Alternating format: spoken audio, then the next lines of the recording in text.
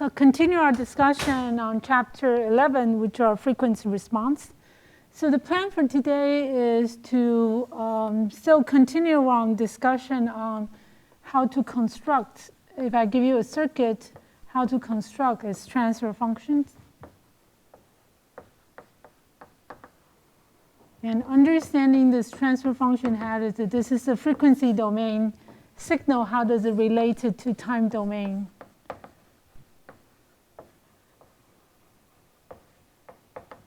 Domain response. So you get a sense as to, as you transform into frequency response expressions, how does it reflect in terms of time domain signals?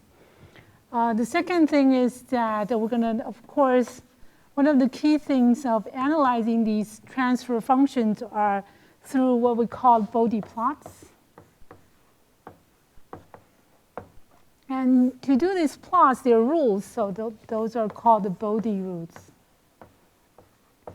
So we're going to go through that so that you get it. These are the, as I said, these are tools allow you to get a sense as to how the response in terms of frequency, as signal changes in frequency, what is the response of Bode? What is the input-output response in correspondence to the changes of signal frequencies?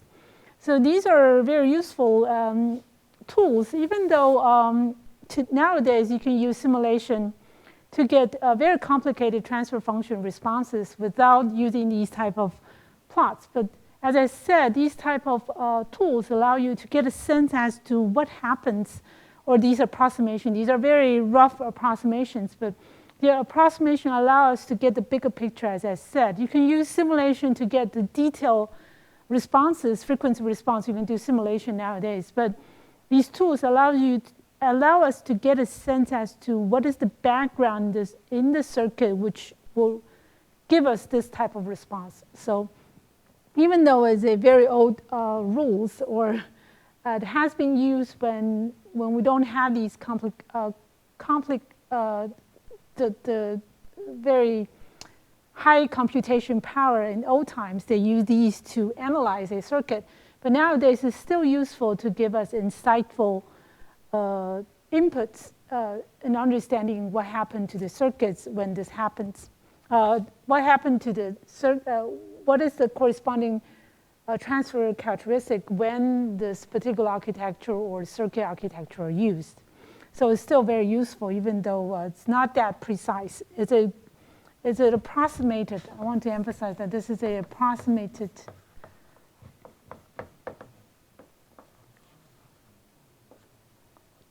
response. It's not the real precise response. You can get precise responses, but these approximation, as I said, this approximation allow us to get a sense. It's like small signal approximation. Why do you want to use small signal approximation? Is just to give you a sense as to what happened if you localize or you simplify the conditions. Okay. So lastly, I think today we'll probably will have a chance to talk about something called the Miller approximation. It's also approximation allow us to analyze, to get we call it effective capacitance.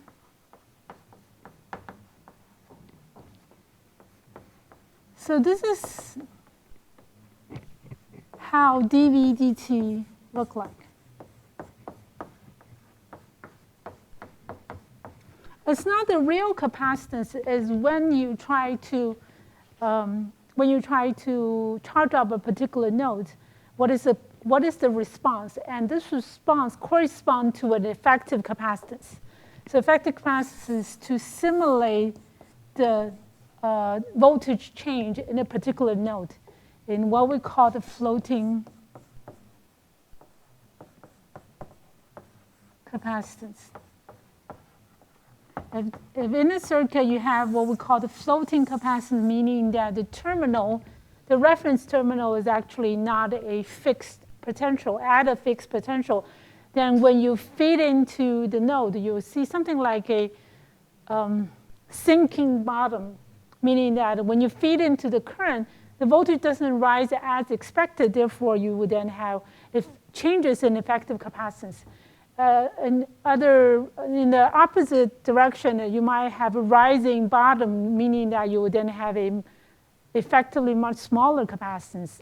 In terms of responses, when you look at a particular node, I will explain that at a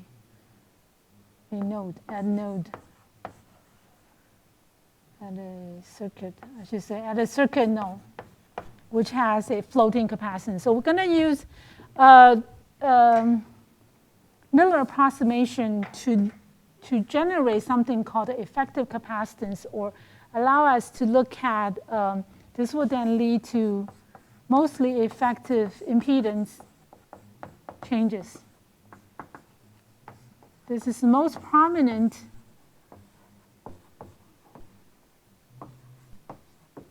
This is most prominent in a lot of the architecture, especially in inverting amplifier architecture. So we're going to talk about that a little bit. So that's hopefully what are the key topics I hope that we can cover today. So let's, before I actually go into the Bode plot, I'm going to sort of review what we have already done in a very simple example, which is a example of we call the low pass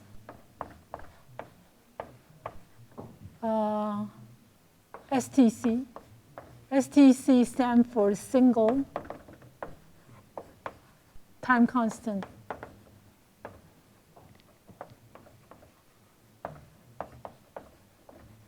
network.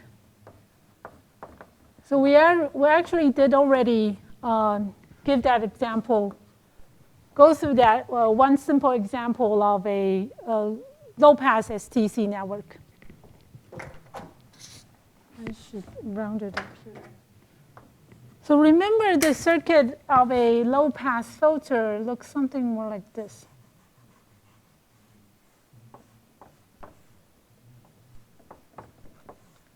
So if I have an input here, this is my output. Okay, so there's R1, C1. So through analysis, we already know that its transfer function in frequency domains, transfer function looks something like this: 1 plus j omega 1, where omega 1 equals to R1 C1 over 1. Okay? So when we look at this circuit, we want to plot its response in frequency domain, meaning that if I'm only going to look at, we're going to do the gain phase just for now. So to get a sense as to how it changes. So first of all, we want to get its transfer function. So we already get, so for this example, I'm asking for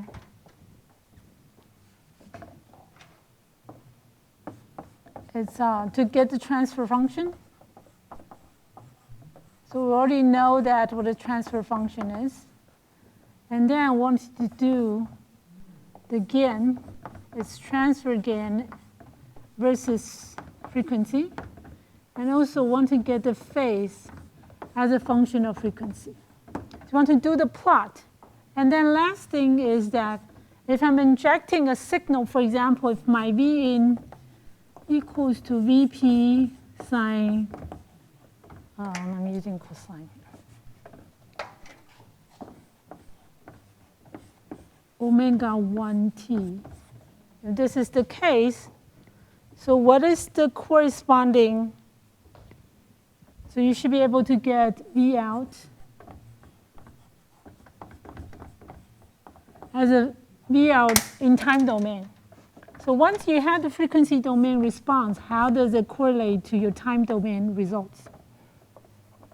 Okay, to get this. So the example is that if I give you a single time constant low pass network, You should be able to get the transfer function. We already did that last time. You should be able to construct that through understanding this is the impedance of this capacitance is j omega C1. So through a voltage divider circuit, you should be able to get that. So we already get the transfer function. So this is the complete complex number transfer function. And we're going to do the phase, the gain, omega. And then we're going to do the phase as a function of frequency. So to do that, you should be able to plot these based on the frequency. This is frequency domain, as I said, in log scale. So as I said, in most cases, we will like this gain to be in dB when you do the plot. So let's review how one does this again, just to give a sense as to what are the approaches being taken.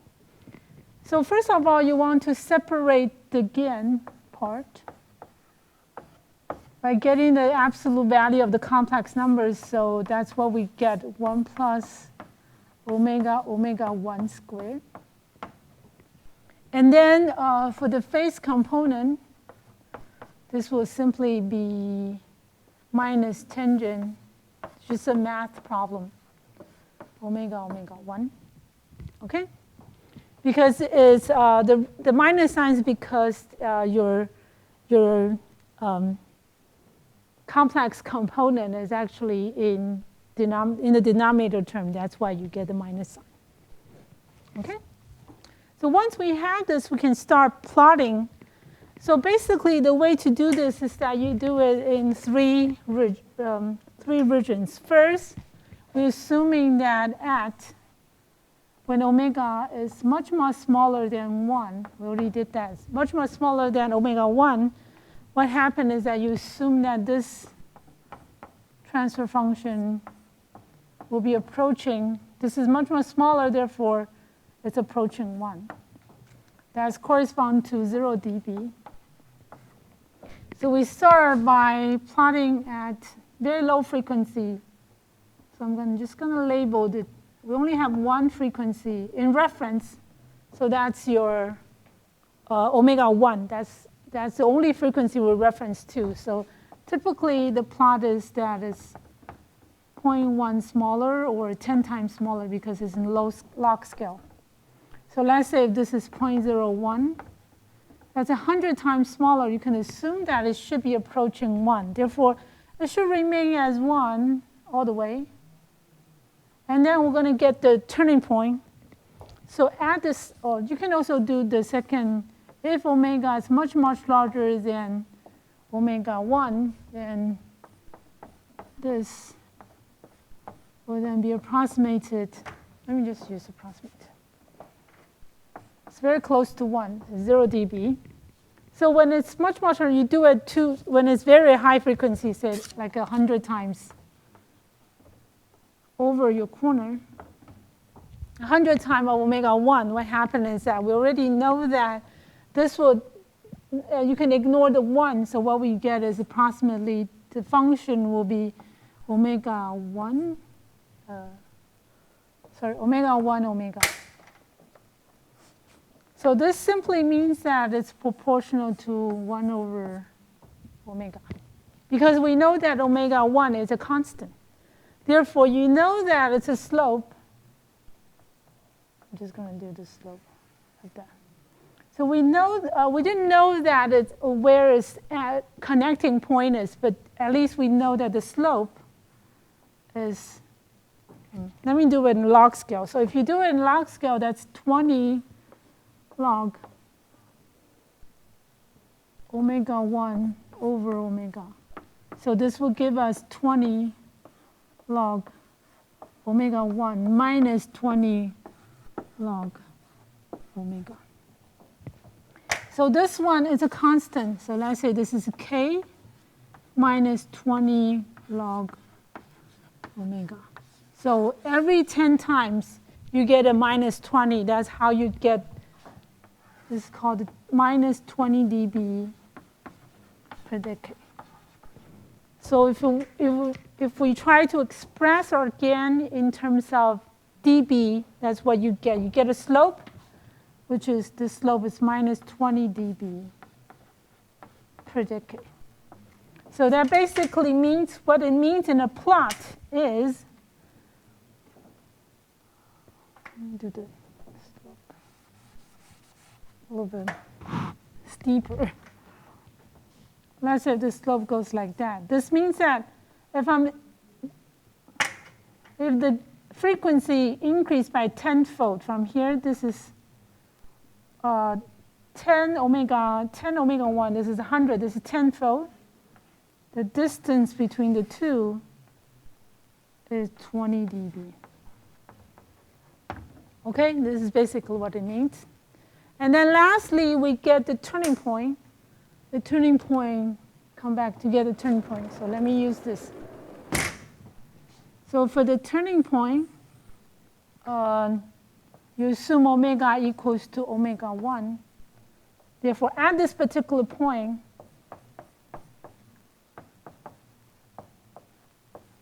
this will simply be square root of 1, square root of 2, 1 over square root of 2. This will correspond to minus 3 dB. Already did that calculation, therefore you know that based on this, we should be able to label at this particular point, this should be minus 3 dB. That's how we get the turn. We get the turning point. You should be able to pinpoint this particular point. Okay? So following the phase component, you can do the same exercise as to finding out at very low frequency. Let me just use another color. So at very low frequency, this will be the phase at very low frequency. Omega much more smaller than omega 1. We know that it should be 0. Tangent 0 is 0. Okay? So at very high frequency, what happens is that this, at omega much larger than omega 1, is minus infinite. So this is infinite. So that's minus 90 degrees. Okay? So at the corner, this is at the corner.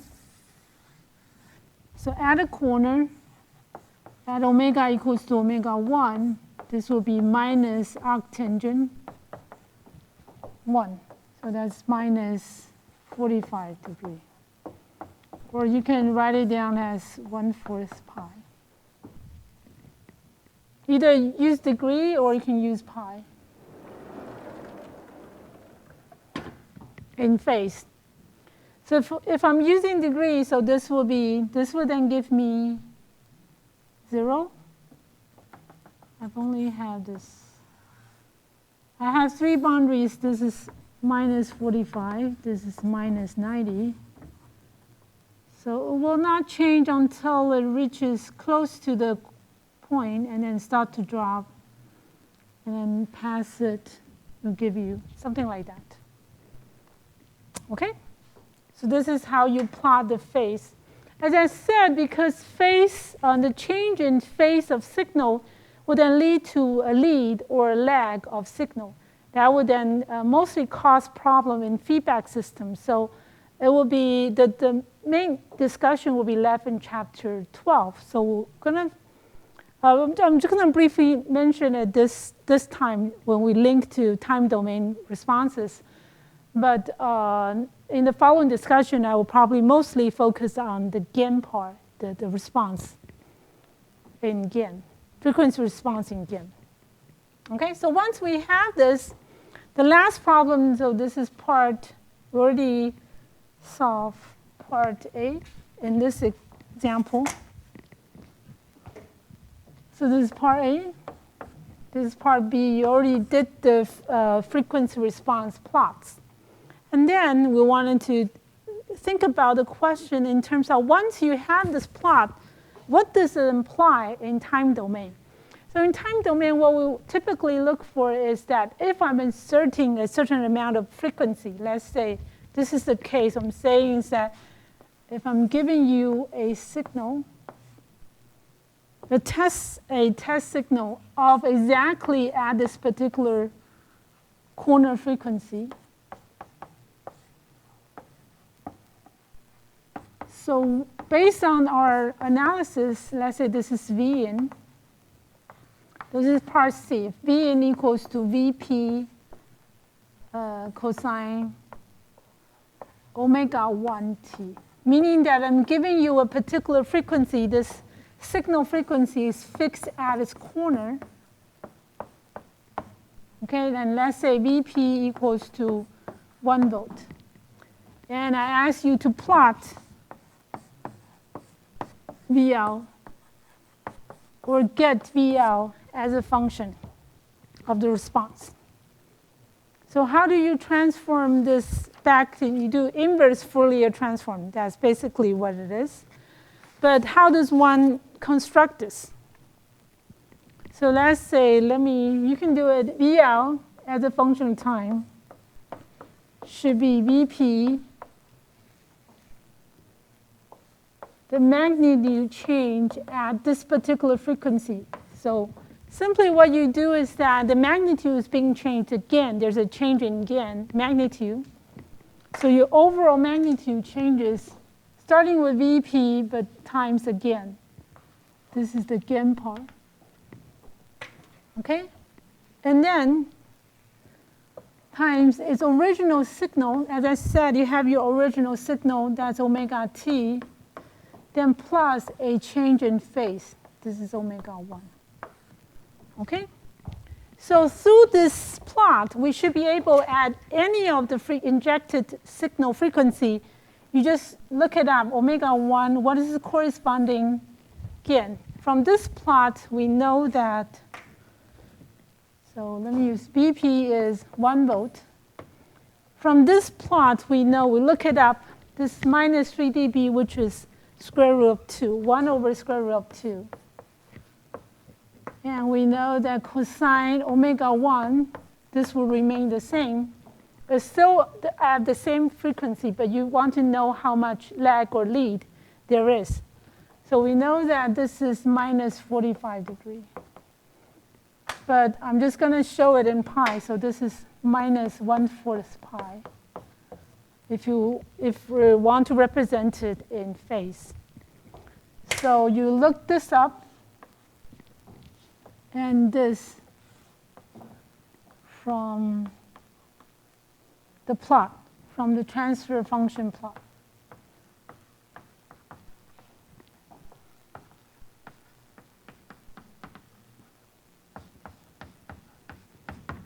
So once you get that, we should be able to get our overall response. So the overall response will be about 0.707 cosine omega 1t minus 1/4 of a pi in delay. So this is the delay, the lag. So if I ask you to plot the response, it will look something like this. So let's say if I'm injecting in time domain, what happened is that if I'm injecting my V in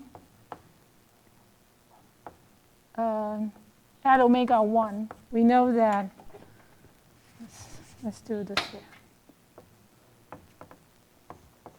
As a function of time, it has a frequency of omega 1.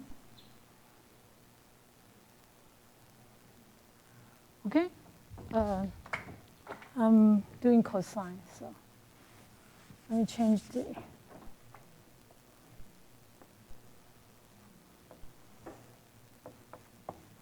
V in as a function of time. Okay? So this gives us an amplitude of 1 volt. It's peak at 1 volt and frequency of omega 1, where omega 1 equals to R1C1 over 1. Okay? So the corresponding output in this case will then be a shift. As I said, there will be a lag, so it will follow.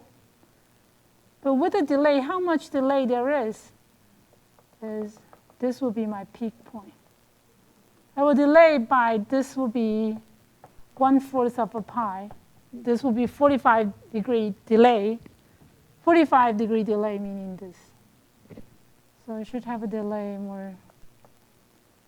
Am I plotting it correctly?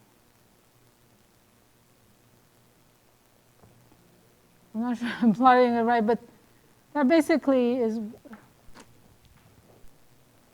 a shift. It's very hard to do the plot.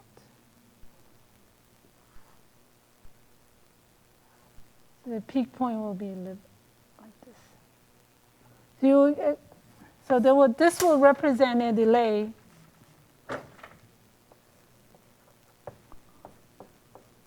(1/4 of a pi), which in delta t, if you want to show it in delta t, as I said, delta t over t is 1/4 of a pi divided by pi. Okay? So it's 1/4 of a cycle. There's a delay of 1/4 of a cycle. 2 pi, sorry. Let me write it more precisely. So if I'm showing this as a delta t over t, this is the full cycle.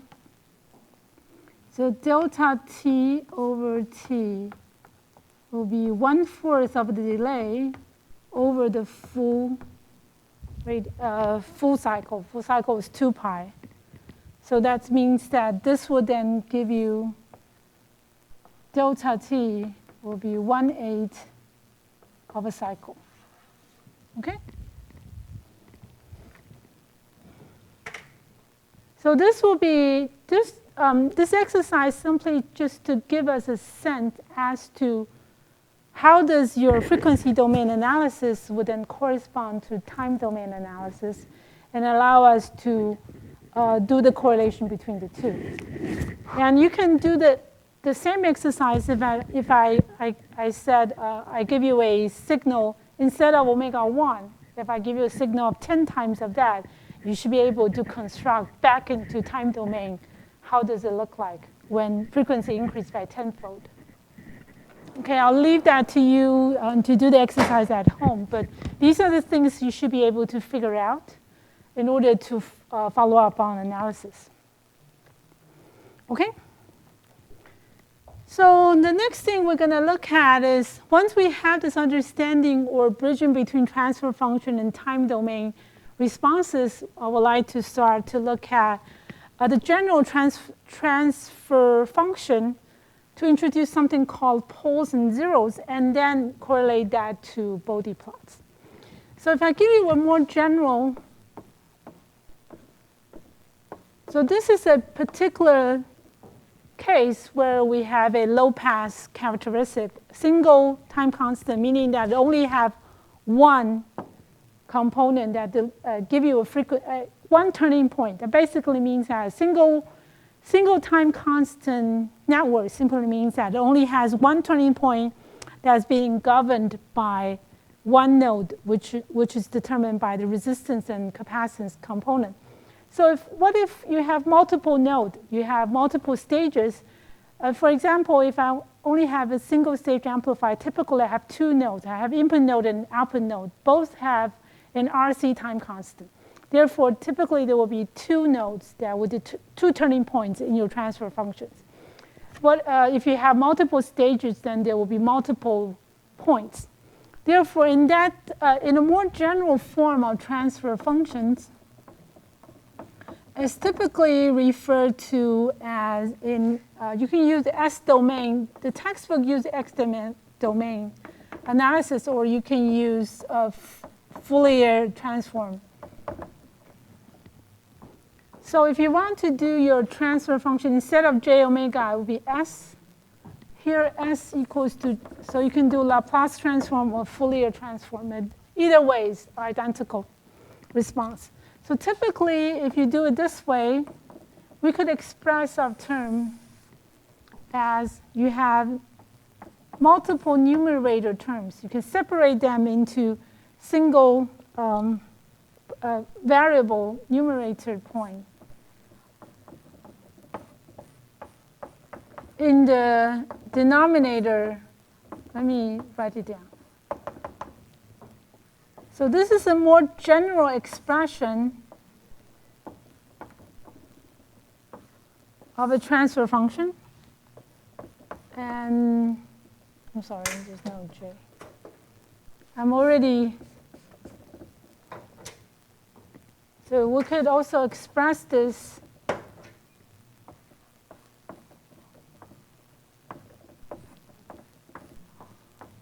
let me write it down first before and after first, and then I will explain what it means. Z2, 1 plus S omega Z n. So in the general expression, if you have multiple stages, multiple nodes, which will introduce a turning point in your transfer functions, then in the numerator term, we should say that it's this will simply means that when you solve for a Laplace transform, the numerator term, these are the root of these expressions. So in the numerator term, omega Z1 to omega Z n. In the numerator term, these are called the zeros. And omega P1 to omega Pn will refer to as poles in the transfer function. So if you're doing Laplace transform, you can simply solve if you have a complex polynomial. Then these are the roots, meaning that 这是你的解，就是你有分子项跟分母项，那分子项的解就是 zeros， 分母项的解就是 poles.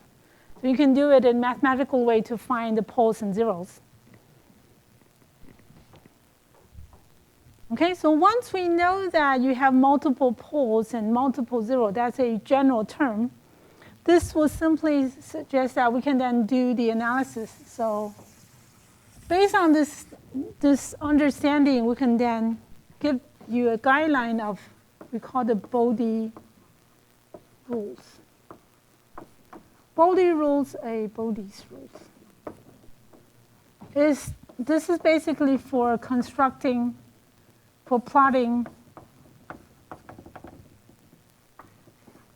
Bode plots. What is Bode plots? These are Bode plots. So in a more complicated scenarios, how does one construct these Bode plots? So let's give the rules. The rules are very straightforward.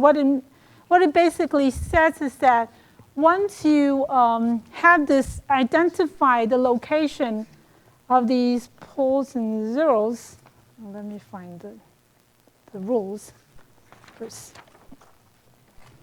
So as I said, it's an approximation allow us to get a overall transfer characteristic, something like this, transfer response in a graphical way. So Bode rule says that you start with omega close to 0. You start the plot. Let's say you start omega at omega 0 when omega increases. So sort of like a sweep. And it passes, what it means is that it passes a turning point. It passes each pole. Once it passes pole, then the slope of the transfer function, you can use either j omega or s, will then decrease by 20 dB per decade. And the phase will reduce by 90 degrees after you pass that. Okay? So it's like you're looking all the way in the back and look at the rough changes of this. So once we use this as an example, if you start at 0 frequency and then start to increase, once it passes, this is 1 omega p1. Based on that analysis, this is omega p1. So once you pass this pole, what happens is that you start seeing decay of minus 20 dB per decade. Okay? And then after you pass this, you see that it started at 0 and then ended with 90 degree phase shift. So the guideline is that a decrease. The decrease simply means that minus 20 dB. And reduce, this is minus 90 degree. Once you hit a pole. Okay, so once again, you hit, the highlight of this is that when you start with a flat or start with 0, and then it will pass, when it passes each hole, it will introduce a minus 20 dB per decade change in slope. I should use yellow.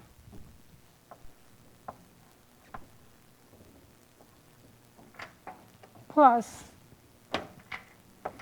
90 degree shift. That's the basic rules of Bode plots. And then we can also look at, that's for poles, but what for 0? So you start also with at very, very low frequency. And then once this frequency increases, the same, it starts to sweep, increases, and passes each 0. What happened is that because it's in the numerator, so it goes the opposite direction as that in the train will actually changes because it's in the numerator. So the slope of the transfer function, meaning the gain, the magnitude of the transfer function, will then instead will increase by the same amount, 20 dB per decade. And then the phase will increase.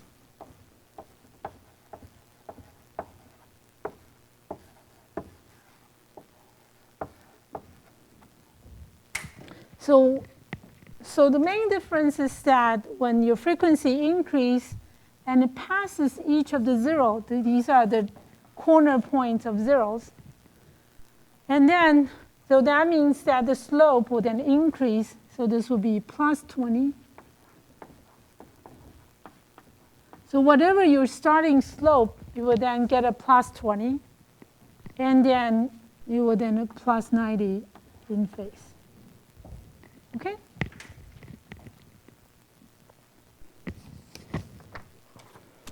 So once we have these rules, we can then play with more complicated architectures or circuits. So once you have the rules, you should be able to plot these transfer functions based on these rules once I give you a certain type of circuits. So let's try to do the inverse of that. The example will be a high pass.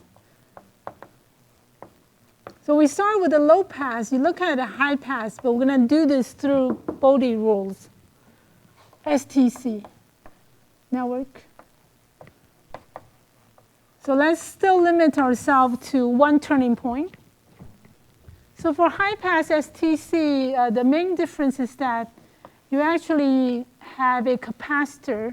Think about it, is that the main difference between high pass and low pass is that in the low pass, you have a capacitor which is grounded.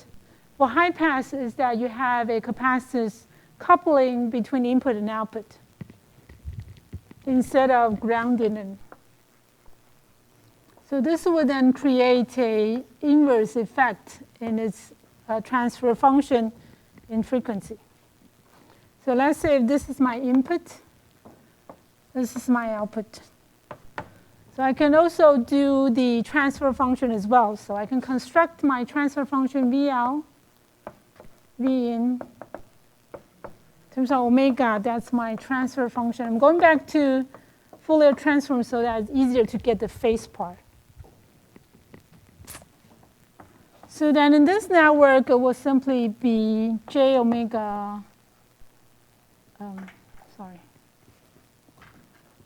R1 plus j omega C1 over 1, and then it will be R1.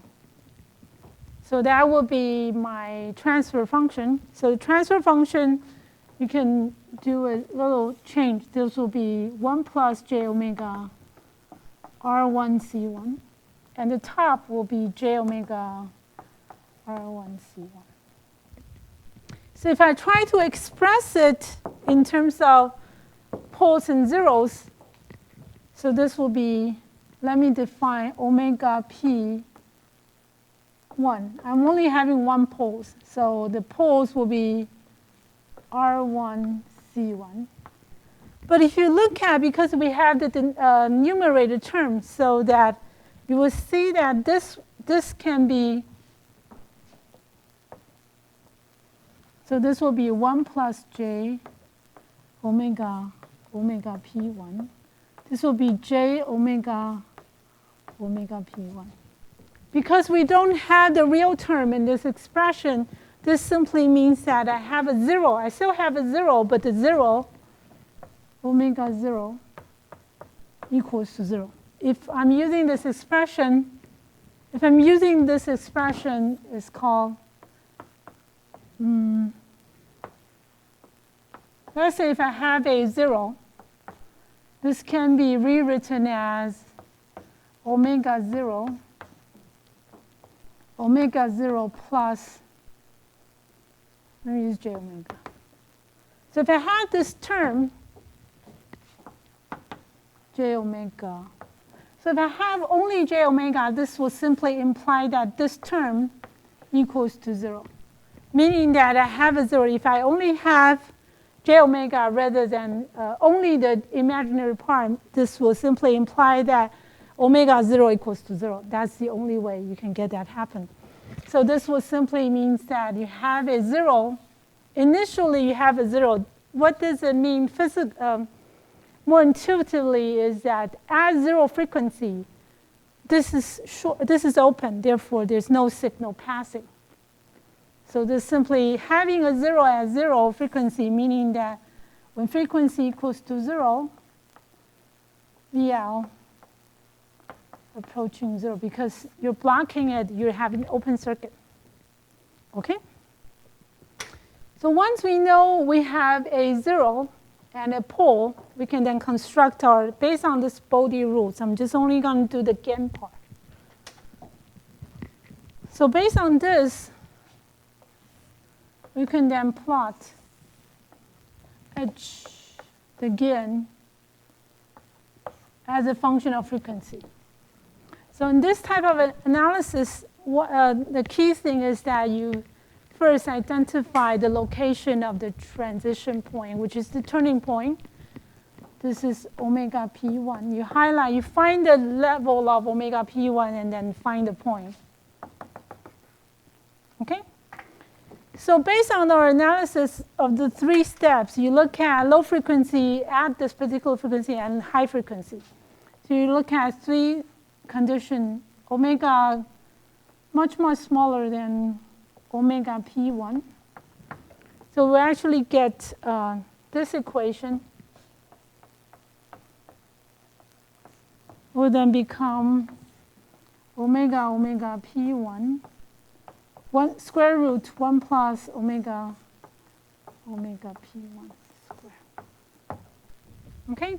So when this is very small, this will be approximately omega p1. So what does it mean? In terms of log scale, if you want to do it in dB, this will be 20 log omega minus 20 log omega p1. So if you want to express this is in dB, will then be 20 log omega, right? So this will simply give you, as I said, this will then, starting at this particular point, this will be plus 20 dB per decade.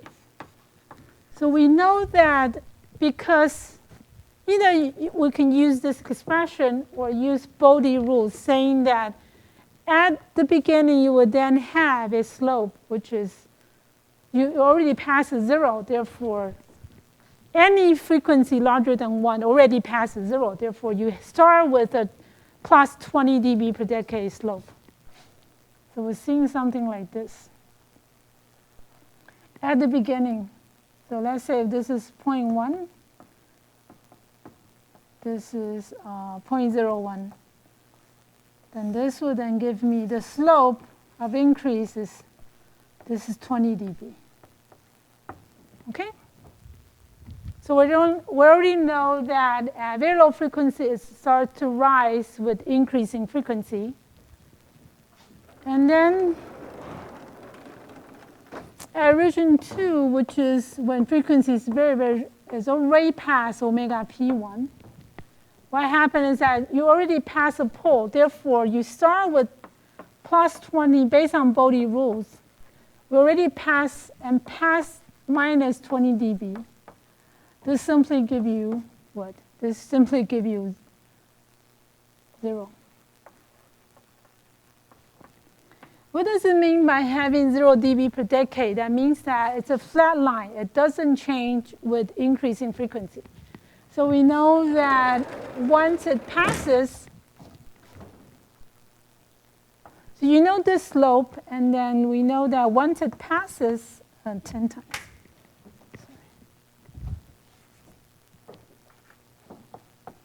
10 omega p1, 100 omega p1. We know that once it passes, it's flat. That's based on Bode rules, because once it passes, it starts with plus 20, minus 20 becomes 0. And then we need to find the turning point. So then you link by finding out the turning point.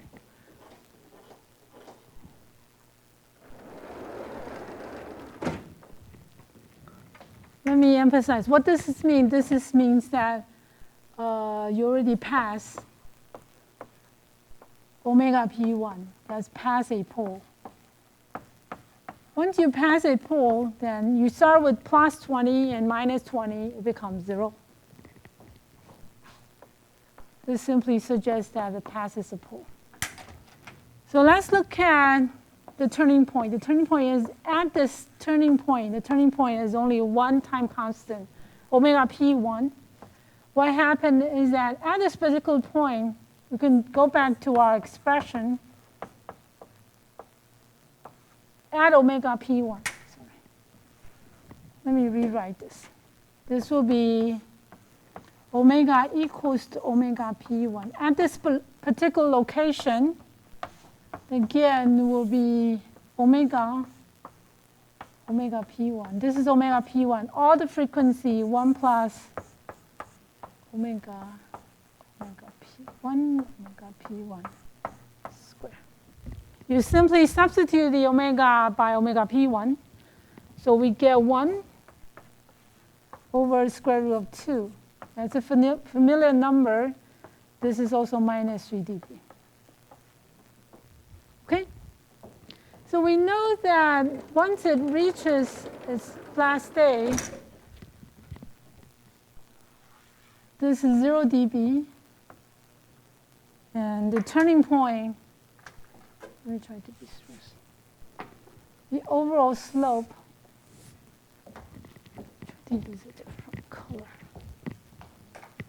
As I said, we know it's flat, and it's at 0 dB. And then it would drop to minus 3 dB, and then it goes down at a slope of plus per decade. And then at this particular point would then correspond to minus 3. Okay? And at high frequency, we know the high pass. This is why it's called high pass. When it's high frequency, the signal passes. At low frequency, it gets filtered out, degrades as frequency goes lower. So it blocks low frequency signal, allowing only frequency exceed omega p1 to pass into the system. Okay? Let's continue our discussion on frequency response. So let's go through an example on real circuits to get a sense as to what actually will happen and how does it impact the bandwidth or operation region of a operation bandwidth of a circuit. So we're going to go through an example of a common emitter stage. And we're going to discuss the frequency response when resistors, when capacitors are considered. So we have typically, our previous analysis limited mostly resistive load. Let's say I have a simple resistive load common emitter stage. Looks something like this. So in typical cases, your output terminal will not be, this is for biasing for loading. But when you want to connect this to other, for example, the next stage or external pad, there will be loading capacitance. So what happens is that typically the circuit, the real circuit, will be mostly look more like this. Instead of having an open circuit, you would then need to push for a loading capacitance. So adding this is typically referred to as the loading capacitance. Whatever is connected to either a pad, there will be a parasitic capacitance. To a device which you want to push, there's typically a parasitic capacitance. So this is the loading capacitor. Or you can deliberately add the capacitor to set your bandwidth. So these are different reasons for having these capacitors. No matter what, when there is a loading capacitance, we want to analyze what is the corresponding output response in frequency domain. So in this case, your output in frequency domain will then become minus GM. Instead of having one resistor, you have resistors in parallel, J omega C L over 1. The reason why it's in parallel because this is also AC ground. So if you look at the AC, if you want to construct, let me spend a little time. To construct the small signal model will look something more like this. I'm ignoring R out in this case. This is GM V pi. There will be R pi ground. So we know that this will be RC. If you construct the small signal equivalent model, this will be VL. This will be Vin. So the corresponding VL will simply be Vin, which is V pi, GMR V pi, GMV V pi. GMV being equals to GMV pi times this equivalent resistance or impedance added output terminal. So this is this. Okay? You get that? So we get our transfer function, so you can actually do the transfer function. The transfer function will simply be minus GM times RC plus J omega C load, RC J omega C load. This is when two components in parallel, when an R and a C in parallel. So we do some rearrangement, it will look something like this. Minus GM RC. This is what we expect at low frequency gain. And this will be J omega P1. So this will also be a single time constant transfer function circuit where omega P1 is RC, the loading capacitance times loading resistance times loading capacitance over 1. 1 over that, I suppose to. Okay? So once we have this transfer function, we should be able to do the further analysis of that. So if we're only looking at the gain, the magnitude of the gain, magnitude of the transfer function, which is the gain component. So once again, you look at the magnitude can be expressed as GM RC square root 1 plus omega P1. Once again, omega P1 equals to RC C load, 1 over RC C load, the time constant. So if I ask you to plot its transfer function as against frequency, so I'm only looking at the gain part. What happened is that at low frequency, you would then experience a gain. This is GM RC. And then once it hit the corner, omega P1, it will start to drop. Based on both these rules, this would then drop at a rate of minus 20 dB per decade.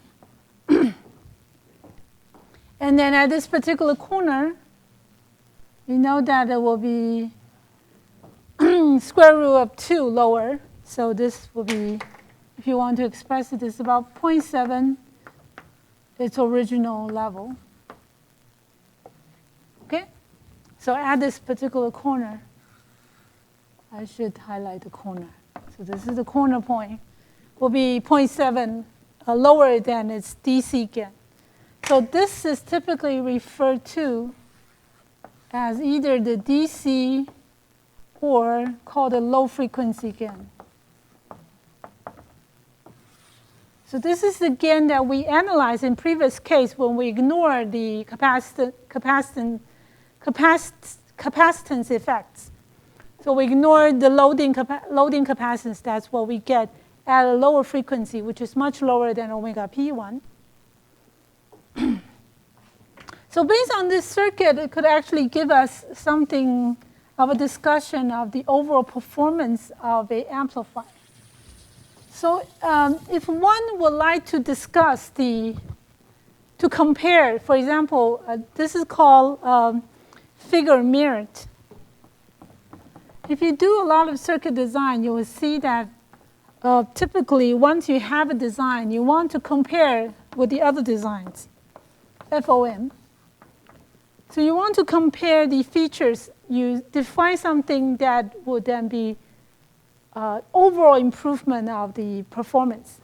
So if you have different, for example, how do I do fair comparisons? I need to have a fair index, meaning that if I want to compare, for example, if I want to compare the height of a group, I want to make sure that they're both of the same sex or they're both of the same race to compare. So this is the same thing. You want to have a fair basis of comparison. So one of the figure merit of an amplifier is called the gain bandwidth product. So you compare what? You compare gain times bandwidth. But this is not really fair because I could inject a lot of amount of power. So I want to divide it by power so that unit power, what can I generate in terms of gain bandwidth product? The reason why we consider gain bandwidth product, this is called a gain bandwidth product.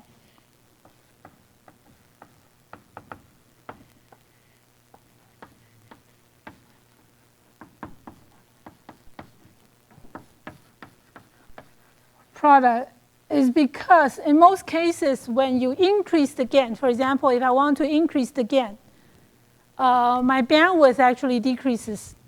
So for example, if I want to increase the gain, let's say if I increase RC, what happens is that the gain. My gain increases. But then correspondingly, bandwidth decreases. So these are sort of like the two sides in the seesaw that will balance itself. So how do you compare? You compare the product, because one increase, the other decrease. What is the overall breakthrough from this gain bandwidth? So that's the figure mirror component. So in this case, if we want to use this example, now we have the gain. So we know that in this case, gain equals to GMRC. I'm just going to look at the absolute value. And bandwidth in this case is determined by omega P1. So the bandwidth is RC C load over 1. And power of the circuit will be, what is the power? Power will then equals to ICQ, the quiescent power times VCC.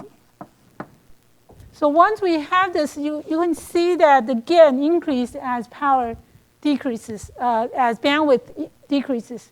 Or if you want to increase bandwidth, typically reduce gain. So as a balance. So how does one break through from the gain bandwidth limitation is to look at this component, the gain bandwidth product under average power.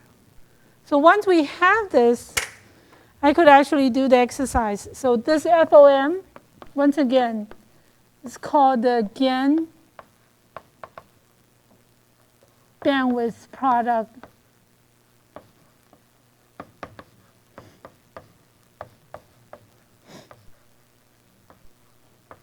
per unit power.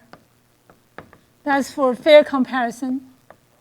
So for per milliwatt, for example, per unit hour, unit power will then be, let's say this is, let me write again, this gain times bandwidth divided by the power injected into the circuit, this amplifier.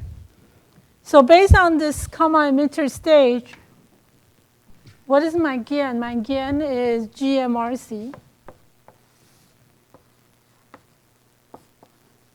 And bandwidth is RC C load over 1. And power is ICQ divided by VCC. So how do I increase my gain bandwidth product by putting in per unit power will then be determined by, you see the RC, cancel the RC, and this will be ICQ over VT.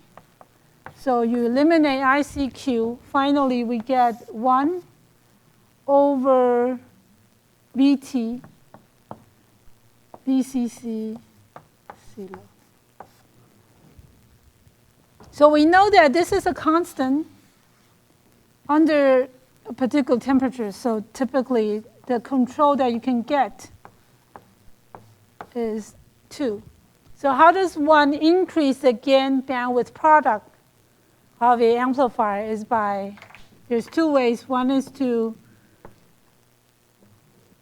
improve this FOM, figure of merit. There's 2 ways. One is to reduce VCC. The second is to reduce C load. And these are all being done, or can be done, when you use a scale technology. So we're going to talk about that because this loading capacitance typically depending on the input capacitance. In integrated circuit, you're typically not pulling it out easily, actually driving what internal node. So it's the input capacitance of the next stage. So this can be done when you're using a advanced technology node, which will have smaller area because capacitance typically, capacitance or proportional to area. So if you make your transistor smaller, then it would then be effectively in reducing the loading capacitance for the next stage. Okay? So this is one example. The next example I would like to look at is, let's look at an example with both zeros and poles.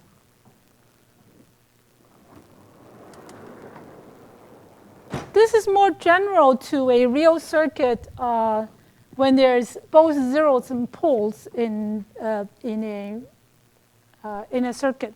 So let's look at another example.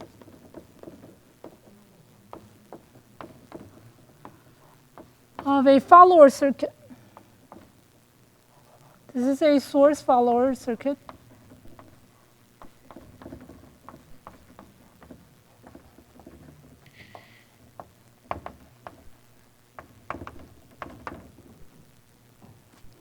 So let's say if I have a typical, let's go back to our previous understanding of a source follower circuit. So this is, let's say if this is my source follower circuit, I have typically a biasing current to set the output resistance. And then the input terminal, I have some biasing design. Let's say this is my biasing design to set the voltage at the gate to create a current path to charge up the gate for AC analysis. Now we're going to add the capacitive component that was typically associated to a source follower circuit. Remember, the source follower circuit is to provide current driving to the next stage. Instead of, in our previous analysis, we typically said that is, for example, if you remember the speaker example, when you used to drive a low resistance to drive the circuit, to drive the low resistance external component, which is the speaker resistance. Or what more commonly see are source followers used to drive a large capacitance. So we're going to add the capacitance component. This is the loading capacitance. This is the same thing as adding a load. But this is much more common when you have a large loading capacitance and you need to have a follower circuit to drive that. So we have this loading capacitance. This will be my output. And because I want to set this voltage being set by I1, so I need a coupling capacitance to do the level shifting. So I basically have two capacitors. One is at the input terminal. Once again, I have C1 as the coupling cap. And then I have a CI. I have C load as the loading capacitance. Okay?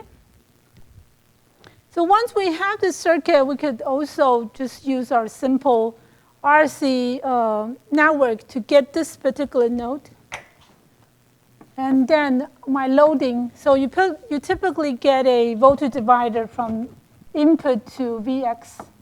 And then Vx to V out is based on the response. This will be the high pass filter, remember? So Vx to V out, you get a transfer function of Vx to V out as the high pass filter. So it will be J omega P1. Remember 1 plus, we used the previous example, omega P1, where omega P1 will be RICI over 1. And then VXVN will be based on this RC network. That will be a high pass. And then V out to Vx will be based on the source follower circuit. So based on the source follower circuit, you have GM times output impedance. So your output impedance now is J omega C load. 1 plus GM J omega C low. So this is the source follower gain. Source follower with Z load equals to J omega C load. So you substitute Z load as J omega C load and get that expression. So eventually what we get is your expression can be rearranged as this. Let me write it down. VL Vx times Vx Vn, right? So these two, you combine these two and then do some arrangement. It can be typically arranged as to a gain, a constant, which we call A0. And then because of this term, because of the high-pass filter, we have a 0 as 0. We have a 0 at 0 frequency. And then we have J, we have 2 omega P1, 1 plus J omega P2. So because there's two nodes, input terminal, which has a capacitive loading, this is no X and no Y. So two nodes will correspond, will introduce 2 poles. This is correspond to no X. This is correspond to no Y. Okay?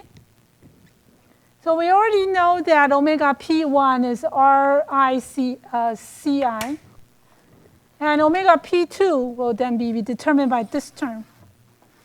So omega P2 is actually GM C load. So we have omega P2. We know where omega P2 is, where omega P1 is. Then we can construct our transfer function along the frequency spectrum. So let's give you some numbers to calculate these points. Once we have this, all we need to find out is we already know omega P1, omega P2, and A0. Let's get those terms. So let C1 be 80 nanofarad. These are coupling capacitors typically very large, so that you would then allow frequencies to pass once it reaches a certain bottleneck, which will not be too high. And you have some loading, biasing capacitance, 5K ohm. And then we're assuming that we're adjusting I1 so that GM equals to 5 mega amp per volt, and C load equals to 40 picofarad. So this is typically something that you need to drive. And this is a coupling capacitance which allow your signal to come in to filter out the DC component. So based on this, we should be able to find out that omega P1 will then be RICI over 1. This will give me 250 radius per second. The reason we pick a very, very large capacitance is to allow frequency in the mid-band to actually come in, signal to come in. And omega P2, in this case, will be C load GM. And this will then give me 12.5 mega radius per second. Mega is 10 to the 6. Okay, so the last thing is that what do we get in the mid-band? So in the mid-band, that means that you don't actually see the low frequency and high frequency. So what it means that it's actually A0. A0 is close to, let me write down. Because we have a follower circuit, so what happens is that you expect A0 to be 1 at mid-band. Okay? So what happened is that, let me draw the overall response. I didn't actually do that. In general term, A0 will be 0, meaning that it will not see the effect of 0. It will not see the effect of poles. It will be the flat direction. So based on Bode plot, let's go back to Bode plot. So we should be able to generate the transfer function.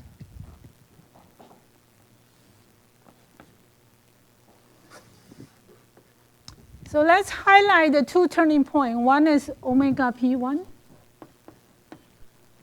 One is omega p2. Remember, these are in log scale once again. So at the middle, remember this is source follower. So ideally, when you don't see the effect of the high pass filter, everything should pass once the frequency exceeds omega equals to omega. So let's think about it. When frequency much, much larger than omega p1, much more smaller than omega p2. In this region, the center region, we know that your high pass filter, Vx over Vn, should approach 1, right? Because it should let it pass. And because it hasn't seen the effect of omega C load, so this will tell us that this will imply this. And because omega is also much more smaller than omega p2, which means that you can ignore, we could assume that zc, j omega c, the value of this is still very, very high. It's much, much larger than 1 over gm. So if that's the case, what happened is that VL versus Vx, this simply means that the bottom term, the 1, will be, this will be much, much larger than that. 1 over gm times, I should say, this would imply that gm over will be much, much larger than 1. This would then imply that your source follower will be ideal, close to 1. So that is to say that in midband,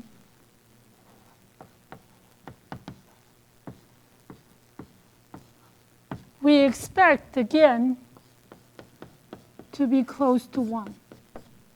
Because high pass already passed the frequency where it will allow signal to pass, most of them to pass, and then it hasn't reached the corner frequency for it to decay.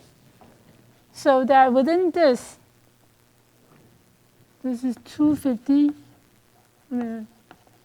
this is 125 meg. Okay, so in the middle, it should be close to 0 dB. The gain is 0 because it's an ideal source follower, which would provide a gain of close to 0 dB, which is 1. And remember, because if you look at the Bode plot, the transfer function, the Bode plot tells us that we have a omega 0. Let me highlight this. We have a 0 at 0 frequency. This is the same when you only have imaginary part numerator. So that means that it will start rising at a rate of 20 dB per decade. And then it will hit the 1. It will hit the corner, and then it will go flat. And once it hit the pole, it will start dropping. Okay? At both corners, because in this case we have a 0 at a pole very far away, so that they shouldn't interact with each other. They're very far apart. So this will be very close to this level. Both of them will be very close to -3.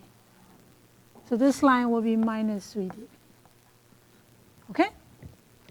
So you will see that this will be typically referred to as a bandpass characteristic, because only when frequency reaches this level allow us to have a signal pass. When it reaches higher level, you will see the loading capacitance effect. This will be the coupling capacitance effect. So the effect of this will highlight the effect of CI. This is because of CI. This is the effect of C load. Okay? So the reason why we have CI, once again, we want to make sure that the DC component can be decoupled from the AC component. And this is the loading effect when we have additional capacitance at the load, when you actually need to drive a large capacitance. So that impact will come in when frequency increases. Okay? Okay, so these are the basic example I would like to go through for now. And on this, how do you start with the circuit and analyze it? Start with a circuit architecture, and how do you actually construct the transfer function, especially the response in terms of gain. Okay? So the next thing I would like to talk about, we still have maybe like 20 minutes. I would like to start to discuss something called the Miller approximation, or the Miller theorem. If you look at our previous examples, most of our capacitance are fairly simple, whether it's in between input and output, or when there's no gain components within, or you have or capacitance connected to ground.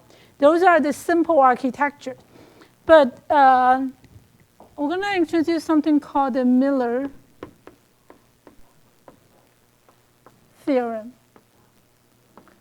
This is a circuit theorem allow us to analyze Miller's theorem. So this is allow us to analyze.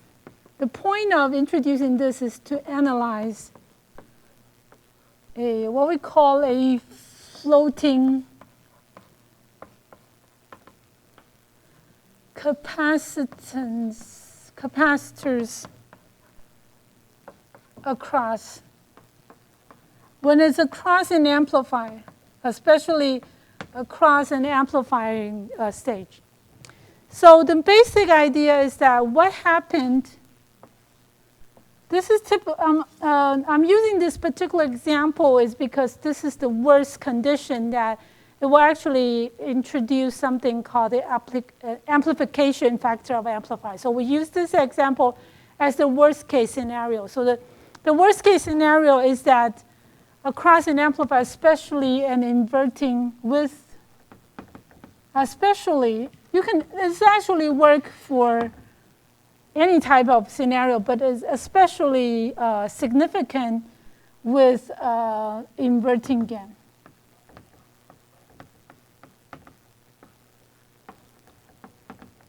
So here I'm going to use an inverting gain example so that you get a sense as the worst case condition.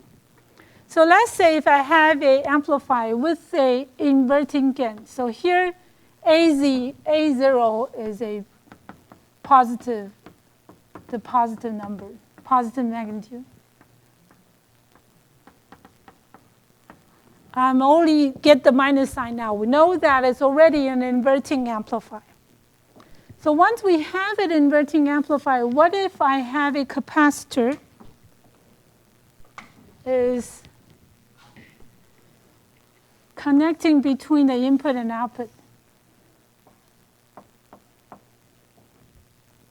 So CF is typically referred to as the feed forward.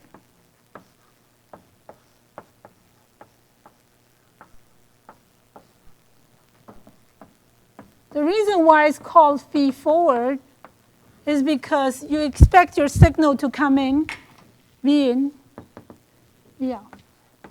So you create another pathway for coupling through a feed-forward capacitance. So you basically see signals coming from both feed-forward and from the amplifier.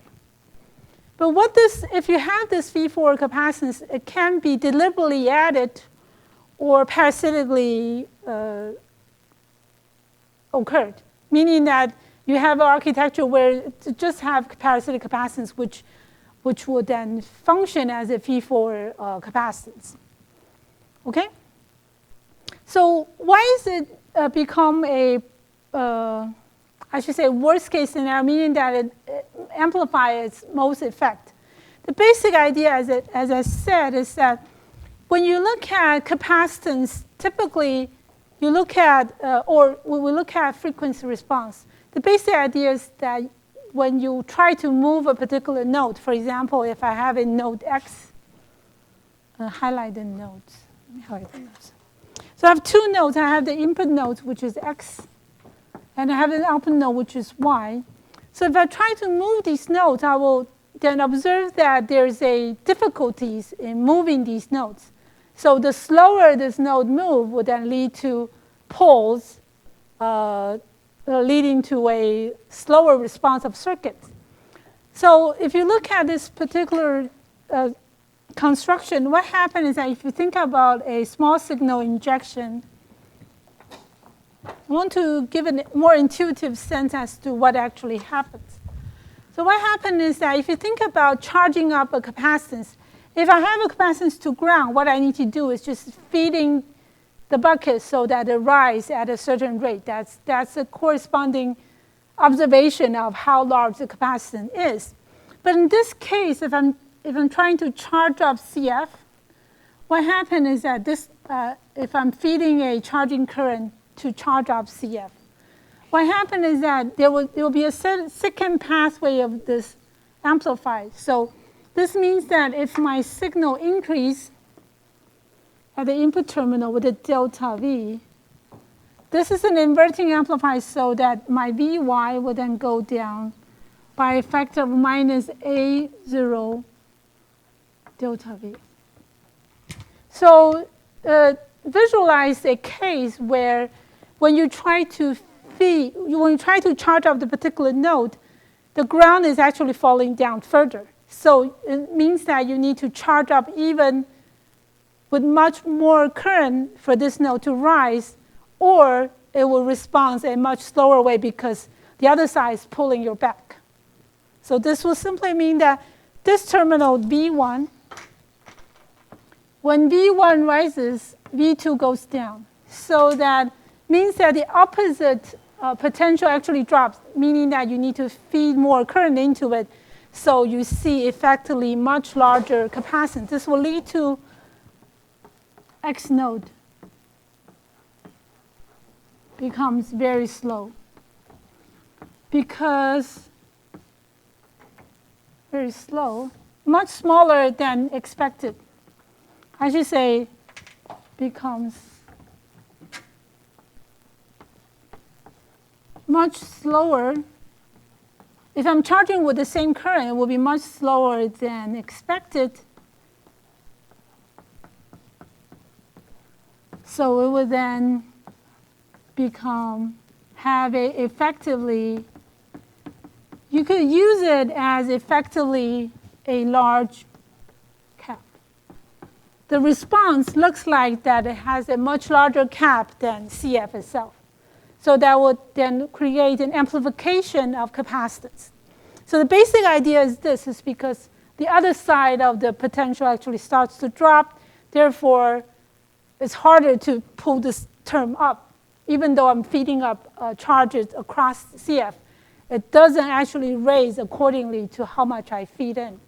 So 这个有点像一个比较好的例子，就是有猪队友，就是你对面有一个人在扯后腿，所以呢，你再不管灌多少，看起来它都不太动。那不太动就是你可以把它看成是 effectively 一个非常大的电流 ，large capacitance, effective large capacitance results.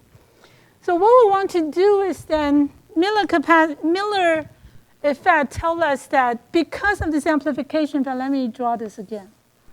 I want to equivalent to, so this is not the actual circuit, but it looks like it.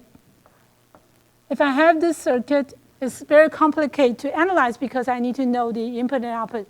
So this would then be equivalent to analyze the response at this input and output terminal, this can be equivalent to 2 grounding capacitance. Miller capacitance, Miller theorem tells us this.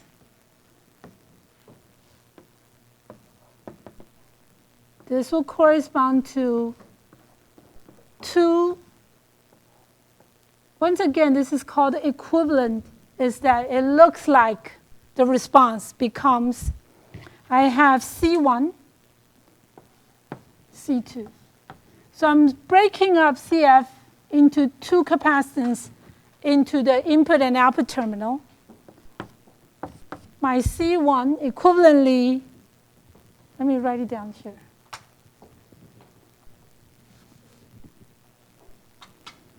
The effective capacitance in the input terminal will be boosted by a factor of 1 plus A0. And the output part will be,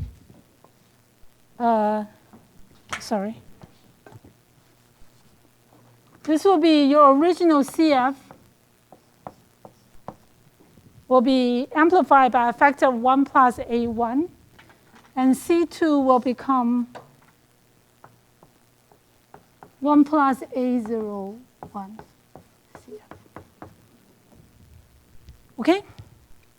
So as I said, the most important amplification factor occurred at this terminal, especially this. You have a significant amplification effect if there's significant gain.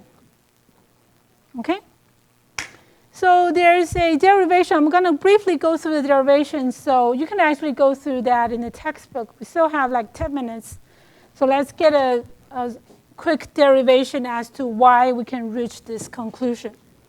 So let's say if I have scenario 1, which is that I have a connection of 2 terminals.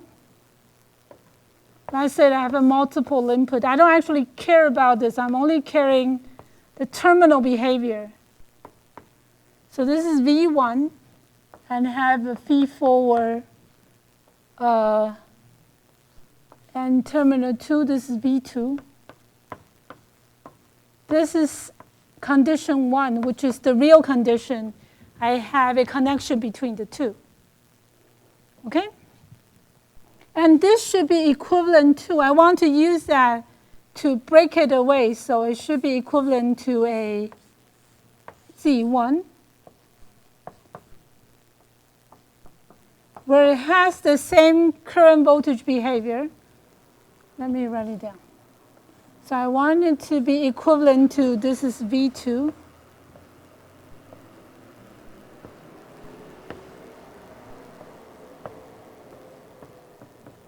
Okay? So what we actually try to observe is that if I have V1 where the current's going in as I1, I want the Z1 to simulate to give the same characteristic as I1. This is the same for the other side. This is I2, and this would then represent I2. Okay? V1, I1, V2, I2 relationship to be the same. So for these two to be identical or equivalent, I want them to be equivalent. So the response should be I1 from network A. This is A. This is B. So I1 will be V1 over Z1 if I'm consider condition B. Condition B. If I'm using circuit B. And this should be equivalent to V1 minus V2 VF. And we know that the other relationship between the two, one of the key relationships between the two is that I know V2 and V1, there's a ratio. This is minus A. We already know that by inserting a voltage relationship. We know the relationship between V2 and V1. So this is by circuit A. And we know that there's a relationship between V2 and V1. So you substitute this in, this will be 1 plus A0 V1 ZF, right? So by equivalent these two, we know that Z1 equals to 1 plus A1 ZF. Okay? So we get this. And if I want to change that in using capacitors, if I'm using capacitors, this will be J omega C1 equals to J omega CF over 1 plus A0.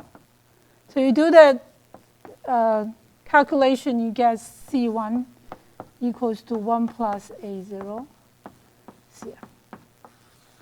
So if you're looking only at capacitive components, then input terminal will then the equivalent capacitance will then become 1 plus A0 times higher. Okay, you do for the input terminal, this is for input terminal. For the output terminal, you can do the same thing. Write down I2. So I2 is V2 Z2 by equation by circuit B. That should be equivalent to V2 minus V1 ZF. And we know that the relationship between Z2 and Z1. So you want to express this as 1 minus A1 as a function of Z2. So this is how you express Z2 divided by ZF. And finally, this equation will be, this will then give us Z2 equals to ZF 1 plus 1 A0. So we do the same thing. This is in terms of impedance. You do the same thing for capacitance. So we do the same thing for capacitance. The output is J omega C2 over 1. That's Z2. Will be J omega C2 over 2, 1 plus A0. Okay? So use this equation, we get, I don't have any space, but let me write it down here. So the eventual results will be C2 equals to 1 plus A0 CF. Okay? So this is the same as that. This is how we derive the capacitance being amplified in both sides. But the input side is much more important because consider a fairly high gain system. You would then be able to obtain, you would then see a very high input capacitance. Even though your feed-forward capacitance is not that high, this would then have significant amplification. So the implication of this Miller effect, typically we refer to as the implication of Miller effect. Let me see. The consequence of this is that in an inverting amplifier, you will then see a large effective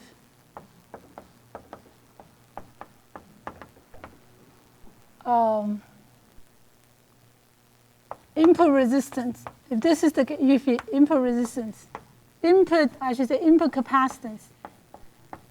Effectively, high input capacitance at the input large effective input capacitance due to, we call this the Miller effect. Miller, or sometimes referred to as the Miller amplification.